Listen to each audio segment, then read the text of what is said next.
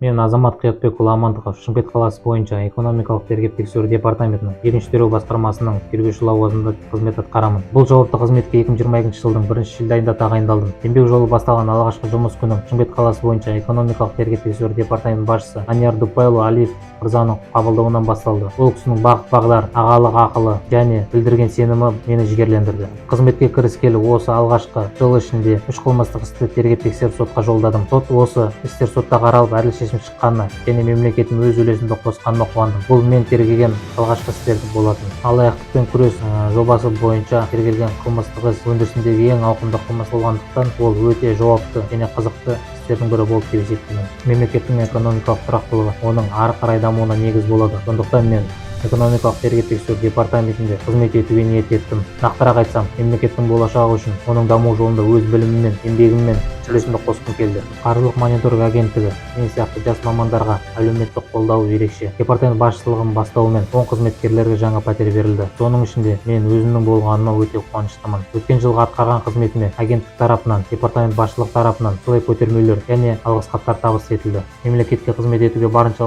ынталандырып, қылмыстық істерді заң аясында қарастырып, тиісті шешім шығаруға тәлімгерлік етіп, білікті тергеушілердің бірі болып қалыптасуыма көмектесіп, дұрыс жолды көрсетіп, аға әріптес ретінде бағалауға тұрарлық бағыт беріп отырған Шымкент қаласы бойынша экономикалық тергеп-тексеру департаментінің 7-ші тергеу басқармасының басшысы Ануар Оралбекұлы Орынбеков.